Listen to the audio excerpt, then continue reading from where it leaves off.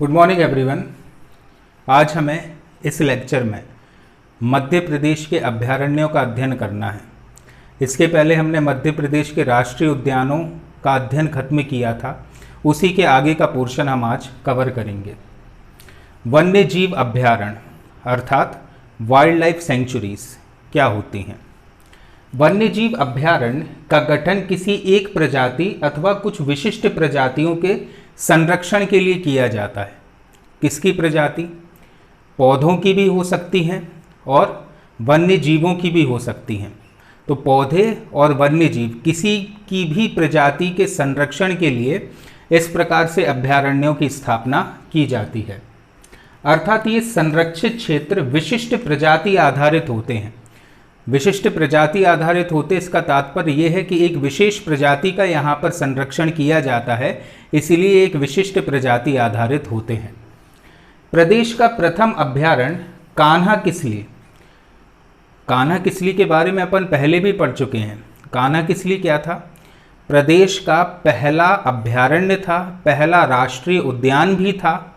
साथ ही साथ ऐसा पहला राष्ट्रीय उद्यान था मध्य प्रदेश का जो प्रोजेक्ट टाइगर में जुड़ा था।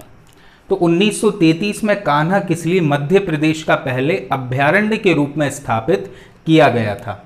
वर्तमान में प्रदेश में कुल 32 अभयारण्य स्थापित किए गए हैं, लेकिन इन 32 में भी जो सबसे ज़्यादा इम्पोर्टेंट है उसका अध्ययन हमको यहाँ पर करना है। सबसे पहले हम पढ़ते हैं नौरादेही अभयारण्य के बारे में। नौरादेही ये मध्य प्रदेश का क्षेत्रफल की दृष्टि में सबसे बड़ा अभयारण्य है। नौरादेही अभयारण्य की स्थापना वर्ष 1975 में सागर जिले में की गई थी। क्लियर है? तो कहाँ पर अवस्थित है ये? सागर में, जिसका कुल क्षेत्रफल 1197.04 वर्ग किलोमीटर का है।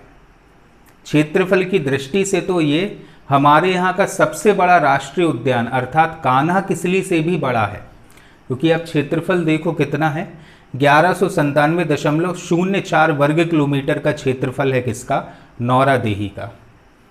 यह प्रदेश का सबसे बड़ा अभयारण्य है। क्लियर है? क्योंकि क्षेत्रफल कितना है? 1197.04 वर्ग किलोमीटर का है, इसलिए ये मध्य प्रदेश का सबसे बड़ा अभयारण्य है जो नर्मदा के कछारी क्षेत्र में अवस्थित है। ठीक है मतलब सागर जिले में तो इसका सबसे बड़ा एरिया आता है। इसका कुछ क्षेत्र नरसिंहपुर में भी है और कुछ क्षेत्र इसका दमोह जिले को भी टच करता है। नर्मदा के कछारी क्षेत्र में अवस्थित है, इसका तात्पर्य ये है कि जैसे हमने मध्य प्रदेश का भूगार्भिक इतिहास पढ़ा था, उसमें अपन ने ये देखा था कि किस प्रकार से मृदा की संरचना होती है। मृदाओं के बारे में भी अपन पढ़ चुके हैं। नर्मदा का कछारी क्षेत्र वो वाला एरिया है जहां की मृदा किसी समय नर्मदा के द्वारा लाए गए अवसाद से निर्मित हुई है, इसीलिए उसे बोलते हैं नर्मदा का कछारी क्षेत्र। तो ये एक ऐसा अभयारण्य है मध्य प्रदेश का जो नर्मदा के कछारी क्षेत्र में अवस्थित है। इस अभयारण्य में बाघ, सांभर, नीलगाय, चिंकारा एवं जंगली भैंसा आदि वन्यजीव पाए जाते हैं। तो ये बात हो गई किसकी? वन्यजीव के बारे में, कि विभिन्न प्रकार के वन्यजीव इस इलाके में पाए जाते हैं। नौरादेही अभयारण्य में अफ्रीकी चीता को पुनर्वासित करने की योजना संचालित की जा रही है। ठीक है, ये एक प्रजाति है चीता की, क्योंकि इस प्रजाति की शुरुआत अफ्रीका से हुई है, इसलिए इसे बोलते हैं अफ्रीकी चीता। अफ्रीकी चीता को यहाँ पर लाकर एक प्राकृतिक आवास जो है वो क्रिएट किया जा रहा है। इस योजना के बारे में आपको ध्यान रखना है कि नौरादेही अभयारण्य में अफ्रीकी चीतों का संरक्षण किया जा रहा है तथा वर्ष 2018 में यहाँ कान्हा राष्ट्रीय उद्यान से बाघ और शेर लाकर पुनर्वासित किए जाने की योजना भी प्रस्तावित है। जैसे अपन ने कान्हा किसली का अध्ययन किया था, उसमें भी अपन ने ये पढ़ा था कि कुछ बाघों को कान्हा किसली से उठाकर कहाँ पर ले जाया जा रहा है? सागर के नौरादेही में। क्लियर है? तो ये चीज़ आपको याद रखना कि कान्हा किसली जो राष्ट्रीय उद्यान है हमारा, वहाँ से बाघ लाए जा रहे हैं कहाँ पर? नौरादेही में। साथ ही साथ अफ्रीकी चीतों को भी प्राकृतिक आवास यहाँ पर उपलब्ध कराया जा रहा है। और क्या खासियत है नौरादेही की? सबसे बड़ी खासियत ये है कि ये मध्य प्रदेश का सबसे बड़ा अभ्यारण्य है। अब अपन बात करते हैं राला मंडल की। राला मंडल अभ्यारण्य ये अवस्थित है इंदौर में, ठीक है। और देखा जाए तो क्षेत्रफल की दृष्टि से ये मध्य प्रदेश का सबसे छोटा अभ्यारण्य है। राला मंडल अभ्यारण्य वर्ष 1989 में इंदौर जिले में स्थापित किया गया था। तो कहाँ पर स्थापित हुआ है ये? इंदौर में। इसका क्षेत्रफल 2.340 वर्ग किलोमीटर का है, यानी सभी अभ्यारण्यों में क्षेत्रफल की दृष्टि से ये सबसे छोटा है। यह देश का प्रथम लोमड़ी संरक्षण केंद्र तथा प्रदेश का सबसे छोटा अभ्यारण्य है, ठीक है। अब यहाँ पर याद रखने लायक बात क्या है कि ये देश का पहला लोमड़ी संरक्षण केंद्र है। मतलब जैसे नौरादेही में चीता को, अफ्रीकी चीता को प्राकृतिक आवास उपलब्ध कराया जा रहा है, वैसे ही राला मंडल में लोमड़ियों को प्राकृतिक आवास उपलब्ध कराया जा रहा है। और 2017 में इस चीज़ की घोषणा हुई थी कायकी कि देश का पहला लोमड़ी संरक्षण केंद्र के रूप में स्थापित किया जाएगा। क्लियर है? इस अभ्यारण्य में मुख्यतः बाघ, तेंदुआ, चीतल, सांबर, गौर, भालू आदि वन्य प्राणी तथा सागौन, चंदन, बबूल और बांस आदि के वृक्ष पाए जाते हैं।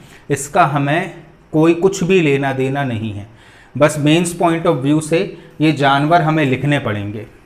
इसलिए कुछ 4-5 जानवरों के नाम आप लोग अच्छे से याद कर लेना मेंस पॉइंट ऑफ व्यू से। बाघ, तेंदुआ, चीतल ये मध्य प्रदेश के हर राष्ट्रीय उद्यान में और अभ्यारण्य में उपलब्ध होंगे ही होंगे, ठीक है। वर्ष 2017-18 में राला मंडल अभ्यारण्य के अंतर्गत प्रदेश का दूसरा तितली पार्क एवं बैम्बू सेटम नामक बांस प्रोडक्शन प्रोजेक्ट स्थापित किया जा रहा है। ये बहुत इंपॉर्टेंट इंफॉर्मेशन है हमारे एग्जाम पॉइंट ऑफ व्यू से कि हाल ही में 2017-18 में राला मंडल अभ्यारण्य में प्रदेश का दूसरा तितली पार्क स्थापित हुआ है और एक बैम्बू प्रोजेक्ट जिसका नाम है बैम्बू सेटम, जहां पर बैम्बू बांस का उत्पादन किया जाएगा। तो बैम्बू सेटम नाम से एक प्रोजेक्ट भी संचालित किया जा रहा है, ठीक है। और ये बैम्बू सेटम क्या है? बांस का एक प्रोडक्शन प्रोजेक्ट है जहां पर बांस का बहुत ज़्यादा मात्रा में उत्पादन किया जाएगा। तो प्रदेश का दूसरा तितली पार्क कहाँ पर बना है? राला मंडल में। साथ ही साथ यहाँ पर बैम्बू प्रोजेक्ट भी संचालित हो रहा है। किस नाम से? बैम्बू सेटम के नाम से। कहाँ पर अवस्थित है? इंदौर में। अब इसके बाद अपन पढ़ते हैं सरदारपुर अभ्यारण्य के बारे में। खरमोर पक्षी के संरक्षण के लिए जाना जाता है कौन सा? सरदारपुर अभ्यारण्य। कुछ इस प्रकार का दिखता है खरमोर पक्षी, और ये तो आप जानते ही होंगे, दूधराज, शाह बुलबुल, paradise fly catcher, Madhya Pradesh का राजकीय पक्षी। और ये कौन सा है? ये है दूधराज। दूधराज नहीं, ये है खरमोर पक्षी और ये है दूधराज। अच्छे से देख लेना इनको। और इन दोनों का संरक्षण हो रहा है कहाँ पर? सरदारपुर अभ्यारण्य में, जो कहाँ पर अवस्थित है? धार जिले में। सरदारपुर अभ्यारण्य वर्ष 1983 में खरमोर पक्षी के संरक्षण व संवर्धन के लिए धार जिले में स्थापित किया गया था। तो कहाँ पर अवस्थित है ये अवस्थित है धार जिले में। इसका क्षेत्रफल 348.121 वर्ग किलोमीटर का है। तो कितने क्षेत्रफल पर अवस्थित है ये? 348.121 वर्ग किलोमीटर क्षेत्रफल में ये अवस्थित है।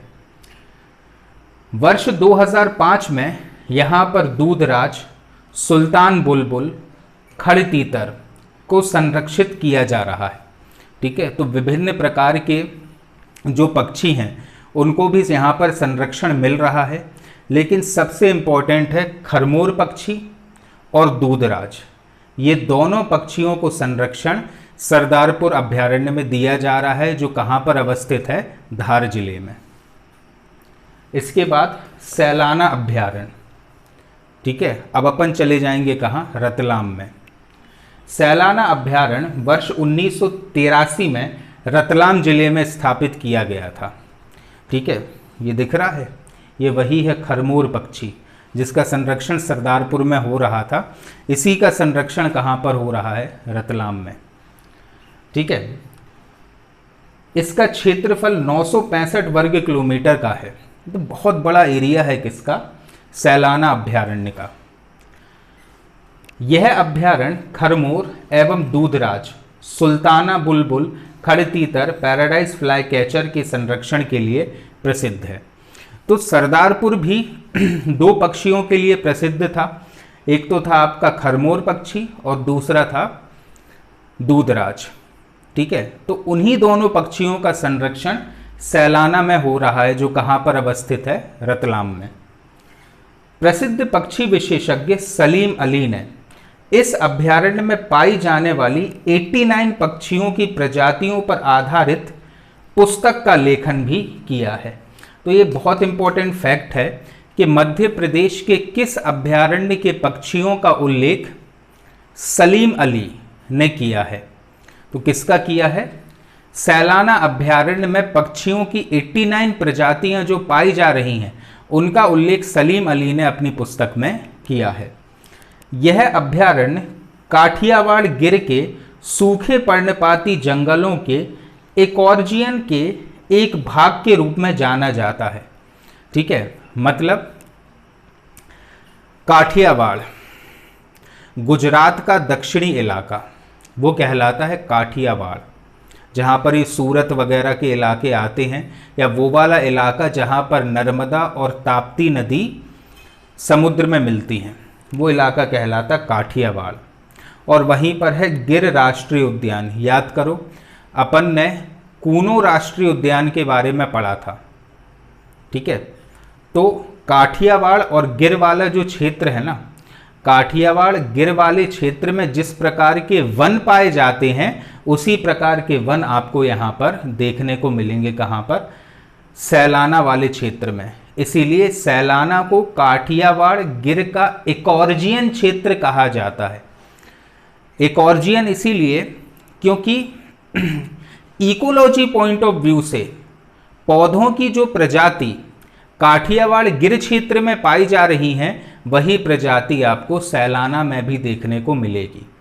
इसीलिए इसे कहा जाता है काठियावाड़ गिर के सूखे पर्णपाती जंगलों के इकोर्जियन के एक भाग के रूप में जाना जाता है। कारण यही है कि पादपों की जो प्रजाति काठियावाड़ वाले क्षेत्र में गुजरात में पाई जाती हैं, बिल्कुल वैसी ही प्रजाति आपको देखने को मिलेगी कहाँ पर, सैलाना रतलाम वाले क्षेत्र में।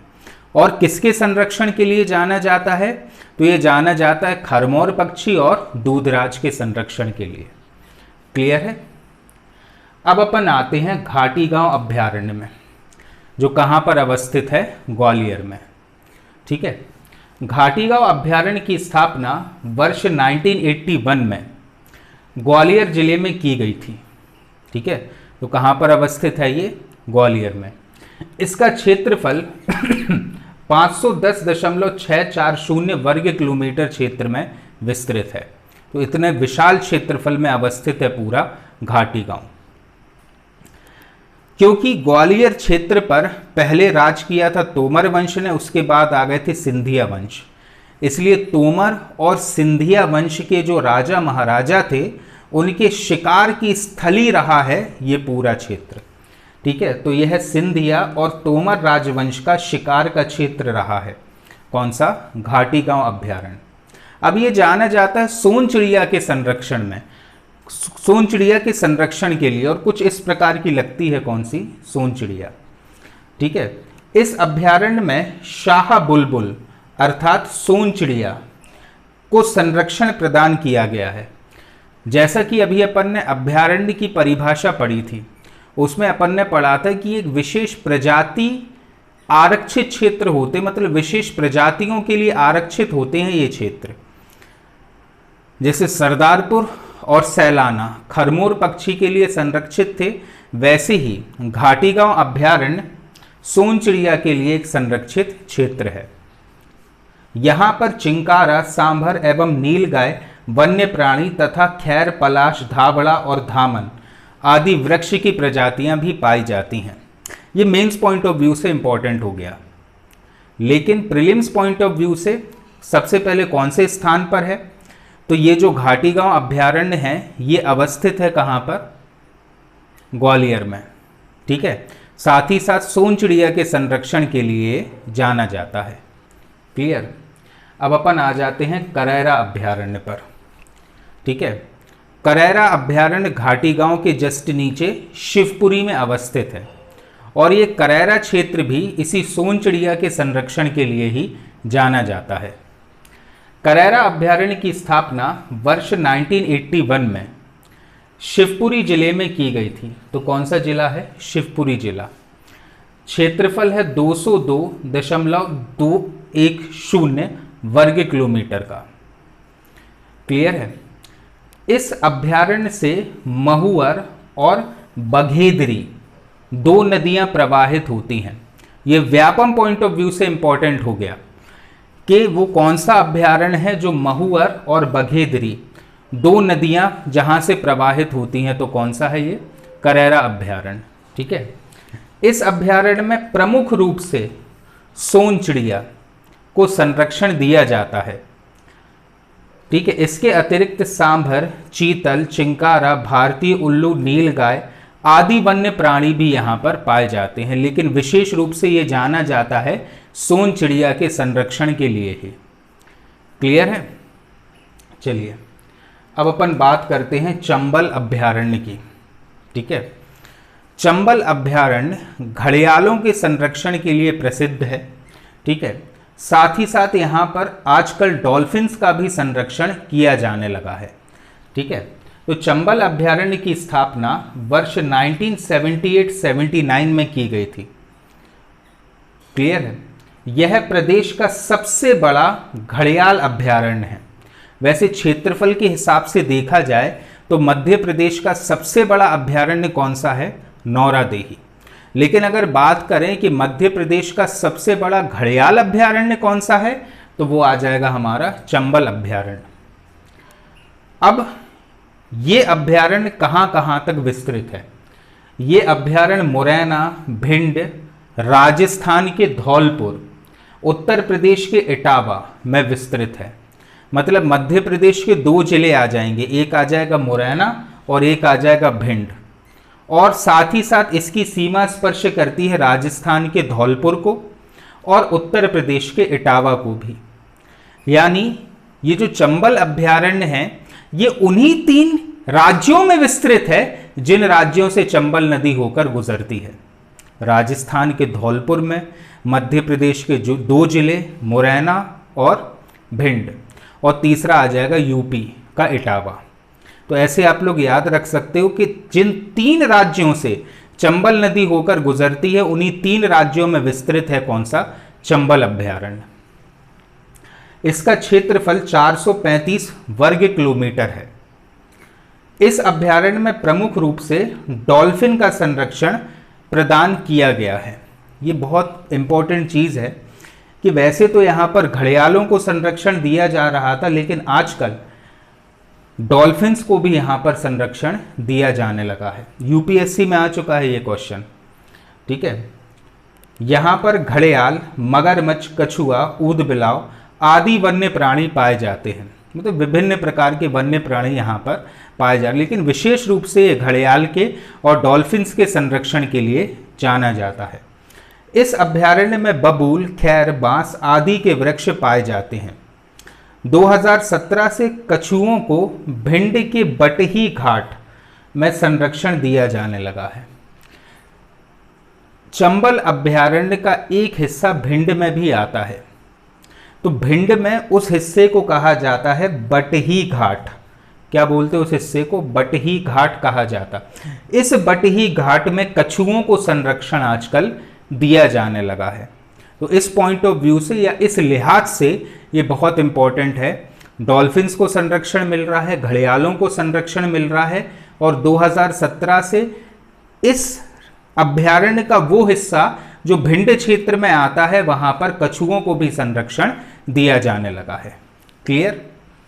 अब अपन बात करते हैं सोन घड़ियाल अभ्यारण्य की।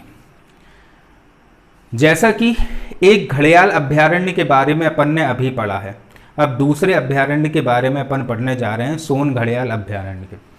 मध्य प्रदेश के शहडोल जिले में सोन नदी पर 23 सितंबर वर्ष 1981 को सोन घड़ियाल अभ्यारण्य स्थापित किया गया था। तो सबसे पहले लोकेशन पर ध्यान जाना चाहिए, कहां पर अवस्थित है ये? शहडोल जिले में अवस्थित है। कौन सी नदी पर है? सोन नदी पर अवस्थित है। और एवं यह सीधी सतना एवं सिंगरौली जिलों की सीमा में 83.684 वर्ग किलोमीटर क्षेत्र में विस्तृत है। ठीक है, तो कितने जिलों की सीमा को यह स्पर्श कर रहा है? तो एक सीधी, सतना और सिंगरौली जिलों की सीमा को स्पर्श कर रहा है, लेकिन मुख्य रूप से यह अवस्थित है शहडोल जिले में। ठीक है, अगर ये सब ऑप्शन में आए और शहडोल भी दिया हो तो आपको मार्क करके आना कि ये शहडोल जिले में अवस्थित है। प्रमुख रूप से घड़ियाल, मगरमच्छ, कछुआ आदि प्राणी यहाँ पर पाए जाते हैं एवं केंचुए की सर्वाधिक प्राचीन प्रजाति भी इस अभ्यारण्य में पाई जाती है। केंचुए की सबसे प्राचीन प्रजाति भी यहाँ पर अवस्थित है। क्लियर है? तो दो घड़ियाल अभ्यारण्य हमने पढ़ लिए हैं, एक है चंबल अभ्यारण्य और दूसरा है सोन घड़ियाल अभ्यारण्य।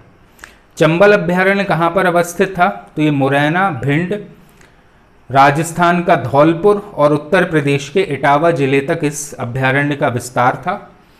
और सोन घड़ियाल अभ्यारण्य मध्य प्रदेश के मुख्य रूप से शहडोल जिले में है, लेकिन सीधी, सिंगरौली और सतना जिले की सीमा को भी यह अभ्यारण्य स्पर्श करता है। अब अपन बात करते हैं केन अभ्यारण्य की। ये जो केन अभ्यारण्य है ये भी मगरमच्छ और घड़ियाल के संरक्षण के लिए ही जाना जाता है। क्लियर है? केन अभ्यारण्य की स्थापना वर्ष 1981 में मध्य प्रदेश के छतरपुर पन्ना जिले में की गई थी। ठीक है, मुख्य रूप से तो आता है ये पन्ना जिले में, लेकिन इसका विस्तार छतरपुर तक है, इसलिए पन्ना छतरपुर जिले में ये अभ्यारण्य विस्तारित है।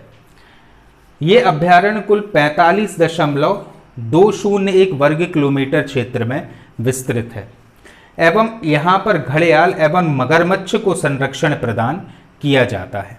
ठीक है, तो ये जो केन अभ्यारण्य भी है ये घड़ियाल और मगरमच्छ के संरक्षण के लिए ही जाना जाता है। वर्ष 2017 में यहाँ पर गिद्धों को संरक्षण भी दिया जाना प्रस्तावित है। ठीक है, गिद्धों को भी यहाँ पर संरक्षण दिया जा रहा है। क्लियर है? तो केन अभ्यारण्य अभी तक तो मगरमच्छ और घड़ियाल के संरक्षण के लिए जाना जा रहा था, लेकिन अब ये गिद्धों के संरक्षण के लिए भी जाना जाने लगा है। अब अपन बात करते हैं खिवनी अभ्यारण्य की। नाम इसका स्पष्ट कर लेना, कौन सा अभ्यारण्य है ये है खिवनी अभ्यारण्य, ना कि सिवनी। ठीक है, क्या लिखा है? खिवनी अभ्यारण्य वन मंडल देवास। ठीक है, ये उसकी बाहर की पिक्चर है। ठीक है, कौन सा अभ्यारण्य? खिवनी। ठीक है, कहाँ पर अवस्थित है? देवास में। खिवनी अभ्यारण्य की स्थापना वर्ष 1995 में देवास जिले में की गई थी।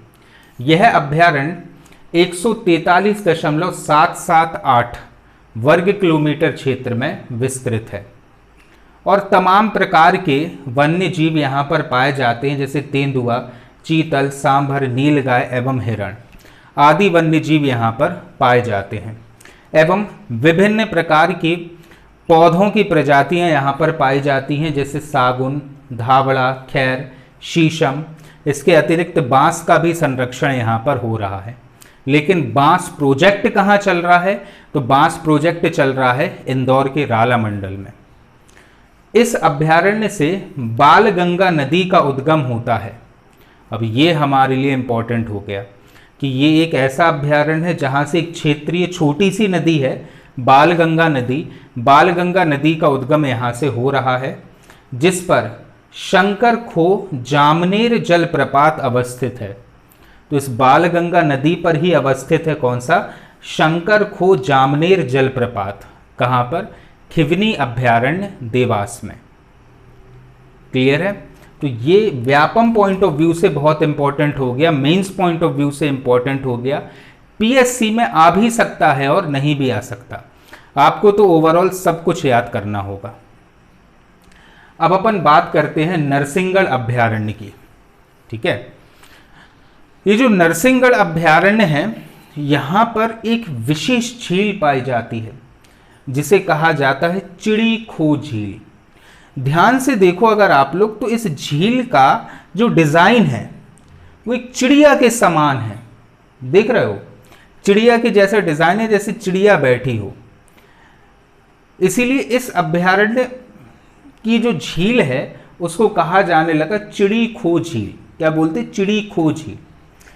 और यहां पर इस कदर की जैव विविधता पाई जाती है, अर्थात इतनी सारी प्रजातियां पादपों की और वन्य जीवों की पाई जा रही हैं यहां पर, कि इस चिड़ी खो वाले क्षेत्र को मालवा का कश्मीर कहा जाने लगा है। इतनी ज्यादा जैव विविधता यहां पर विद्यमान है।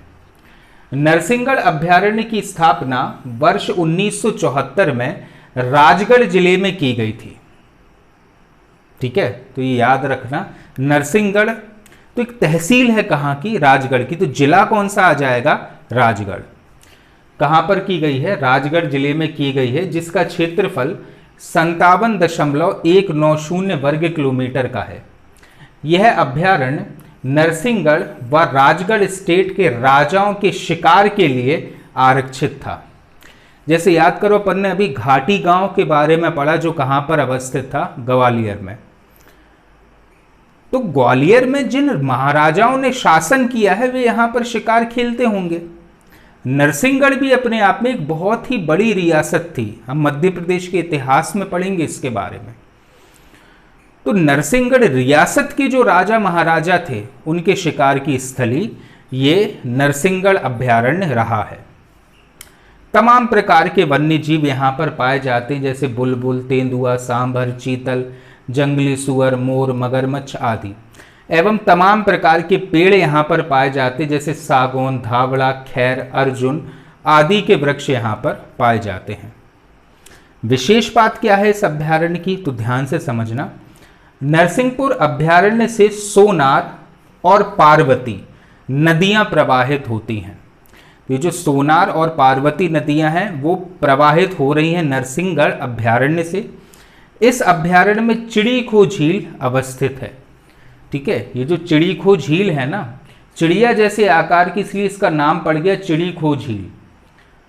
ठीक है, और ये जो पूरा क्षेत्र है ना चिड़ी खो झील का, इसको कहा जाता है मालवा का कश्मीर।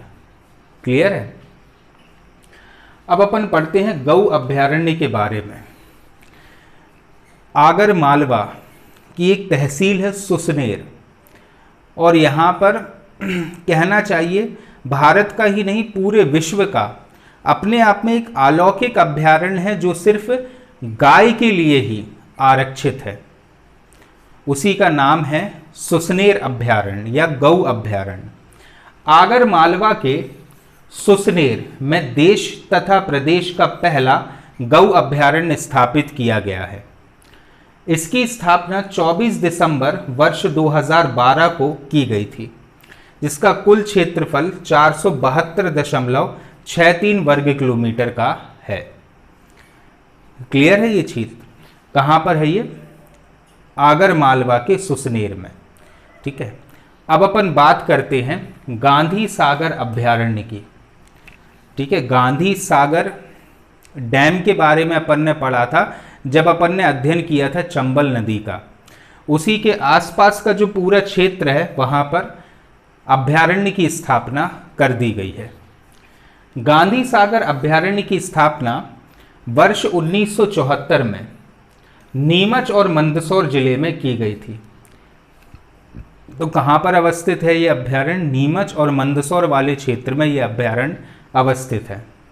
जिसका क्षेत्रफल 368.620 वर्ग किलोमीटर का है। तो कितने क्षेत्रफल में अवस्थित है ये? 368.620 वर्ग किलोमीटर क्षेत्र में ये पूरा अभ्यारण्य अवस्थित है। चंबल नदी गांधी सागर अभ्यारण्य को दो भागों में विभाजित करती है, यानी इस अभ्यारण्य के बीचों बीच से प्रवाहित हो रही है कौन सी? चंबल नदी।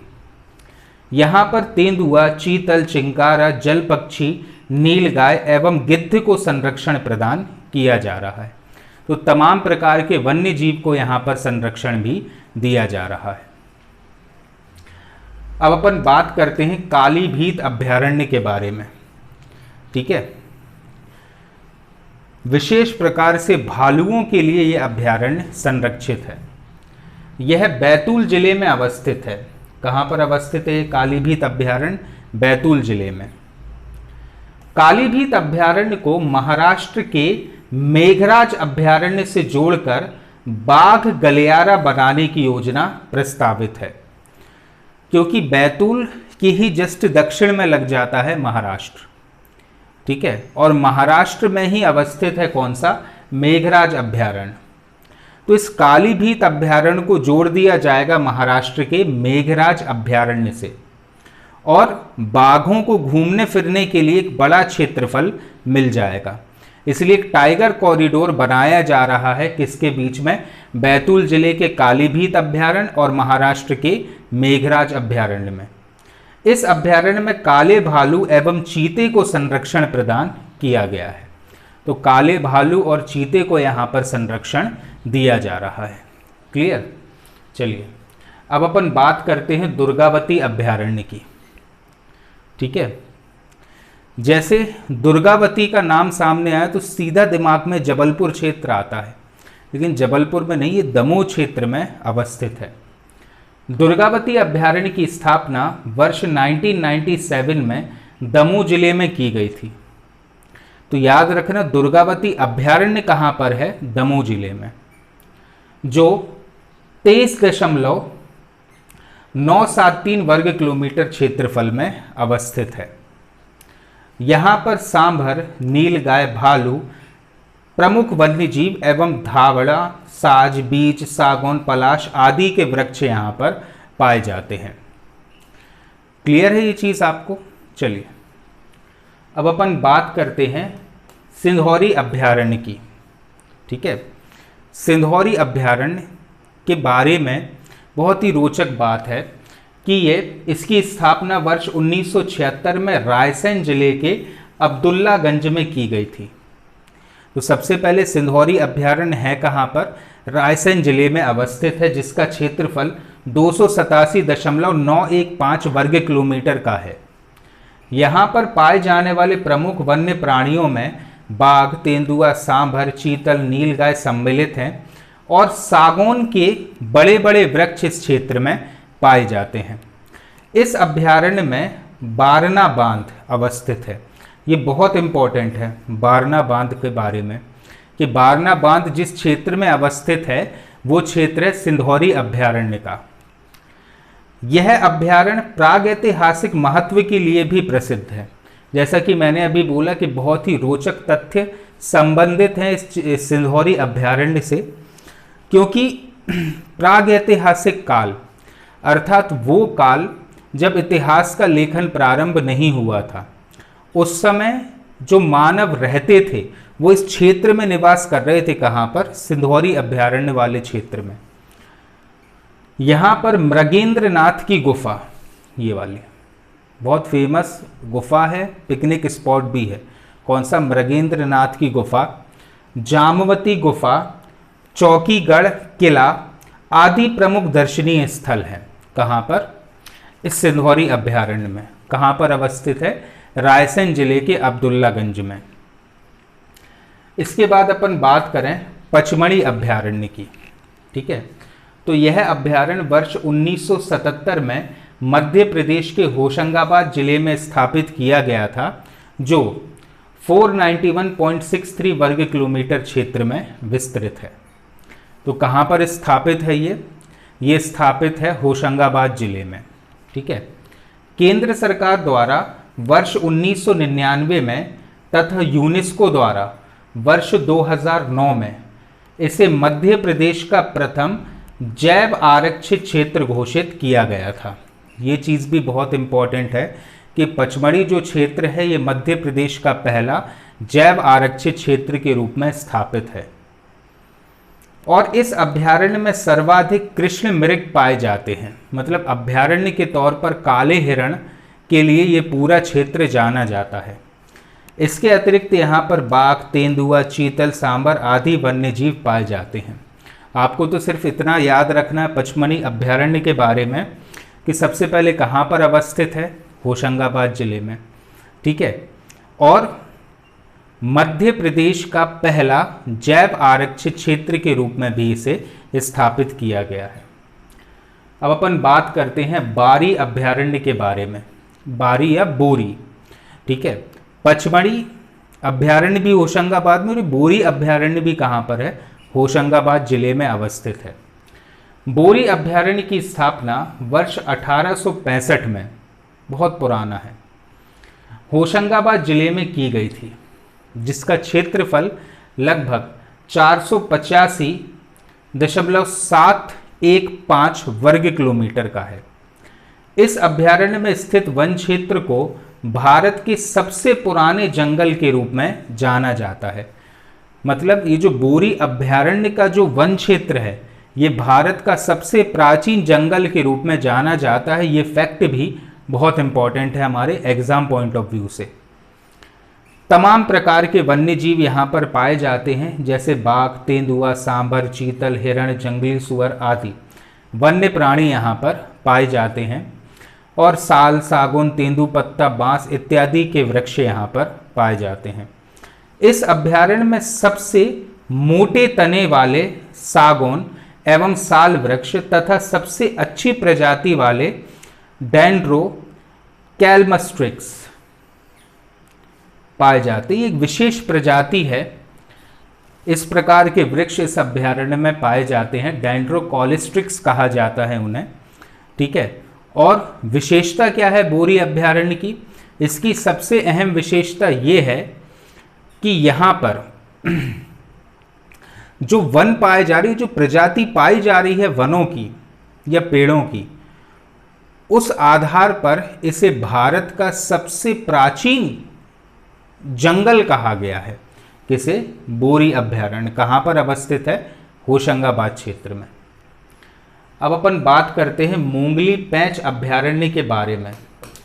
हालांकि अपन ने पैंच राष्ट्रीय उद्यान के बारे में भी पढ़ लिया था, लेकिन इस राष्ट्रीय उद्यान का कुछ हिस्सा आज भी अभ्यारण्य के रूप में स्थापित है।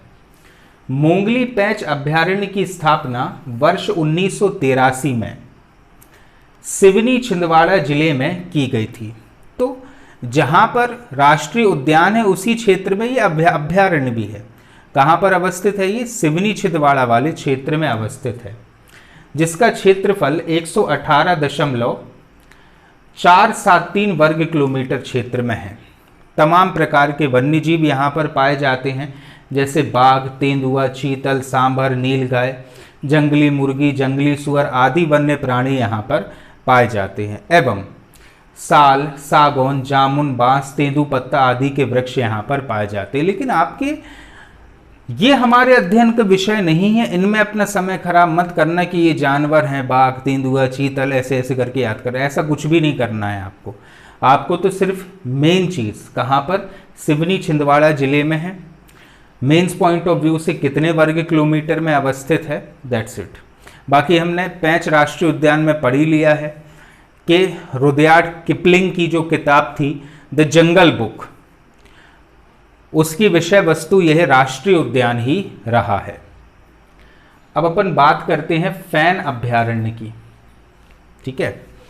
कहाँ पर अवस्थित है ये? मंडला जिले में। फैन मिनी कोर अभ्यारण्य की स्थापना वर्ष 1983 में मंडला जिले में की गई थी। तो कहाँ पर अवस्थित है ये? मंडला जिले में। यह अभ्यारण्य 110.74 वर्ग किलोमीटर क्षेत्र में विस्तृत है। और फिर तमाम प्रकार के वन्य जीव यहाँ पर पाए जाते हैं। आपको तो इतना याद रखना कि फैन कहाँ पर है, मंडला में। कुछ वन्य जीव और पौधों की प्रजातियों की जो कॉमन है उनके नाम याद कर लो, कितना क्षेत्रफल है, ये अगर याद रख सको तो याद कर लेना, लेकिन मेंस वाले से अनिवार्य रूप से याद कर लें, ठीक है। तो हमें सिर्फ one day exam point of view से इतना याद रखना कि फैन अभ्यारण्य कहाँ पर है, मंडला जिले में, जबकि मेंस पॉइंट ऑफ व्यू से आपको पूरा याद करना होगा। अब अपन बात करते हैं पनपठा अभ्यारण्य की, ठीक है। ये जो पनपठा अभ्यारण्य है ये शहडोल उमरिया वाले क्षेत्र में पाया जाएगा। बांधवगढ़ का जो इलाका है उसी के आसपास पाया जाता है कौन सा, पनपठा अभ्यारण्य। पनपठा अभ्यारण्य की स्थापना वर्ष 1983 में शहडोल उमरिया जिले में की गई थी। तो कौन सा क्षेत्र है ये, शहडोल उमरिया वाला क्षेत्र है, जिसका क्षेत्रफल 245.842 वर्ग किलोमीटर का है। तो काफ़ी बड़े क्षेत्र में ये विस्तृत है। इस अभ्यारण्य में तेंदुआ, चीतल, सांभर, नीलगाय, हिरण आदि वन्य प्राणी और वही कॉमन जो वन्य पादपों की प्रजाति है मध्य प्रदेश की, जैसे साल, बांस, तेंदुपत्ता, बीज खैर, ये सारी प्रजातियाँ यहाँ पर पाई जाती हैं। लेकिन आपको विशेष रूप से याद क्या रखना है कि ये जो पनपठा अभ्यारण्य है ये कहाँ पर पाया जाता है, शहडोल उमरिया वाले क्षेत्र में ये पाया जाता है। क्लियर। अब अपन बात करते हैं किसकी, ओरछा अभ्यारण्य की। ये ओरछा अभ्यारण्य अब ये आने लगा है निवाड़ी जिले में, लेकिन उस समय ये आता था टीकमगढ़ जिले में। तो अब निवाड़ी टीकमगढ़ दोनों क्षेत्र में विस्तृत है कौन सा, ओरछा अभ्यारण्य। ओरछा अभ्यारण्य की स्थापना वर्ष 1994 में टीकमगढ़ जिले में बेतवा नदी के तट पर की गई थी। कहाँ पर अवस्थित है, टीकमगढ़ जिले में बेतवा नदी के तट पर। यह अभ्यारण्य 44.914 वर्ग किलोमीटर क्षेत्र में विस्तृत है। तो ज़्यादा बड़ा नहीं, छोटा ही अभ्यारण्य है। लेकिन विशेष बात क्या है कि इसे पक्षियों का अभ्यारण्य कहा जाता है, ठीक है। पक्षियों के लिए ये संरक्षित है, इसलिए इसे पक्षियों का अभ्यारण्य कहा जाएगा। इस अभ्यारण्य में तेंदुआ, जंगली सुअर, सांभर, चीतल, नीलगाय, चिंकारा आदि वन्य प्राणी यहाँ पर पाए जाते हैं। वन्य प्राणी कॉमन हो गए, मैं बार बार एक्सप्लेन कर रहा हूँ आपको, तो लोकेशन और क्षेत्रफल अगर याद रख सको तो वो याद कर लेना। अब संजय गांधी डुबरी अभ्यारण्य बहुत इंपॉर्टेंट है ये, क्योंकि संजय गांधी राष्ट्रीय उद्यान या जो डुबरी राष्ट्रीय उद्यान था वो छत्तीसगढ़ बनने के पहले मध्य प्रदेश का क्षेत्रफल की दृष्टि से सबसे बड़ा उद्यान हुआ करता था। लेकिन छत्तीसगढ़ के बनने के बाद उसका आधा पार्ट छत्तीसगढ़ के कोरिया जिले में आने लगा और उसका एक भाग अभ्यारण्य के रूप में स्थापित हो चुका है। संजय गांधी डुबरी अभ्यारण्य की स्थापना वर्ष 1975 में सीधी जिले में की गई थी। कहाँ पर अवस्थित है ये, सीधी में अवस्थित है। इस अभ्यारण्य का क्षेत्रफल 364.693 वर्ग किलोमीटर क्षेत्र में विस्तृत है। इस अभ्यारण्य में गोपद, बनास और सोन नदियां प्रवाहित होती हैं। तो 3 मुख्य नदियां यहां से प्रवाहित हो रही हैं। कौन कौन सी, गोपद, बनास और सोन नदी।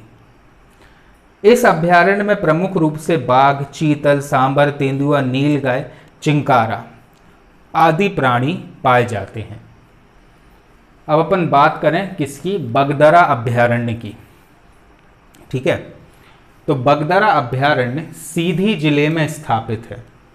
कहाँ पर अवस्थित है ये, सीधी जिले में, जो 478 वर्ग किलोमीटर क्षेत्र में विस्तृत है। तो कितना क्षेत्रफल है इसका, 478 वर्ग किलोमीटर का।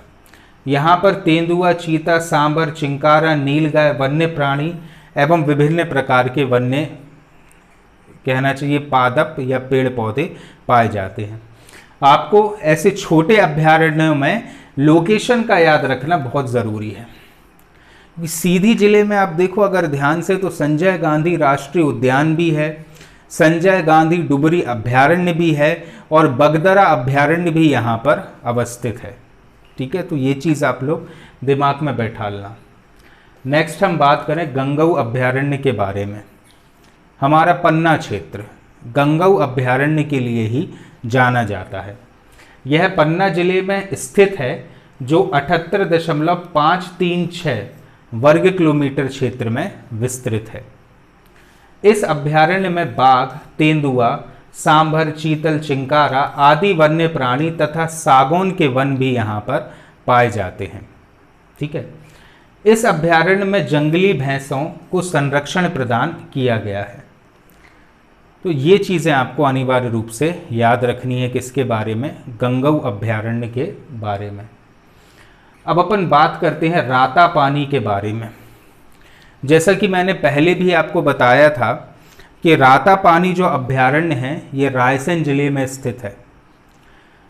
एक ऐसा अभ्यारण्य है जो प्रोजेक्ट टाइगर से जुड़ा हुआ है। अभी तक तो अपन ने राष्ट्रीय उद्यानों के बारे में ही पढ़ा था कि राष्ट्रीय उद्यान प्रोजेक्ट टाइगर से जुड़े हैं, लेकिन रातापानी अभ्यारण्य एक ऐसा अभ्यारण्य है जो प्रोजेक्ट टाइगर से जुड़ा हुआ है। रातापानी अभ्यारण्य की स्थापना वर्ष 1976 में सीहोर एवं रायसेन जिले में की गई थी। विशेष रूप से तो आता ही रायसेन में, लेकिन इसका कुछ हिस्सा सीहोर जिले में भी अवस्थित है। क्षेत्रफल है इसका 825.907 वर्ग किलोमीटर का। इतने बड़े क्षेत्रफल में ये अवस्थित है। रातापानी अभ्यारण्य से बेतवा नदी प्रवाहित होती है। तो अगर आपने बेतवा नदी को अच्छे से समझा होगा तो आप कॉमन सेंस भी बता सकते हो, क्योंकि उद्गम कहाँ पर है, रायसेन के कुमरा गांव में। इसलिए किस अभ्यारण्य से प्रवाहित हो रही होगी, तो ये प्रवाहित हो रही होगी कहाँ से, रातापानी से। ठीक है, अब चलिए, इस अभ्यारण्य में बाघ, तेंदुआ, सांभर आदि वन्य जीव पाए जाते हैं। साथ ही साथ ये ऐसा अभ्यारण्य है जो जुड़ा हुआ है किससे, प्रोजेक्ट टाइगर से। क्लियर है, किससे जुड़ा है, ये जुड़ा है प्रोजेक्ट टाइगर से। ठीक है, यानी ये प्रदेश का एक ऐसा अभ्यारण्य है जो प्रोजेक्ट टाइगर से जुड़ा हुआ है। ये बहुत इंपॉर्टेंट बात है, या ये बहुत बड़ी अहमियत रखती है ये चीज़ कि एक अभ्यारण्य का प्रोजेक्ट टाइगर से जुड़ा होना। क्लियर है, फिर से समझ लेना इस चीज़ को कि हम डिस्कशन कर रहे हैं किसके बारे में, रातापानी अभ्यारण्य के बारे में हम डिस्कस कर रहे हैं। कहाँ पर अवस्थित है, तो ये रायसेन और सीहोर दो क्षेत्रों में ये अवस्थित है।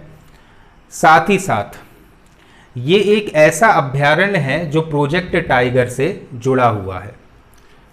क्लियर है ये चीज़ आपको, ये क्या हो गया, एक मिनट इसको सही करता हूँ।